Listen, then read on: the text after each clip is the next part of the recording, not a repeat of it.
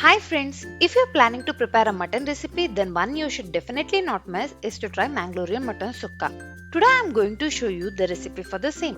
First, let's roast a masala for which I am using half teaspoon oil and then adding 8 badge red chili, 20 black pepper, 4 cloves, 1 star anise, 1 piece of cinnamon stick and roasting for about 10 seconds and then adding 1 tablespoon of coriander seeds, half teaspoon jeera seeds and roasting for another 2 minutes on medium flame. Let this cool down. In the same pan, let us roast 3/4 cup of grated coconut.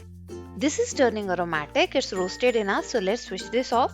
The masala has cooled down, so let's prepare a powder out of it and transfer it to a different vessel and then prepare a green masala using 1 bunch of coriander leaves, 30 garlic cloves, 1 inch ginger, 2 green chilies, little water and grind into a fine paste. We can also add pudina leaves if needed. The masalas are ready. Now to a cooker I am adding 2 tablespoons of oil and few mustard seeds. The mustard seeds are sputtering, so let's add 3 sliced onions.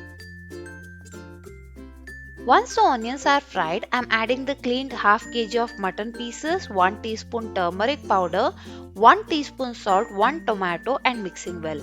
Let this cook for about 5 minutes.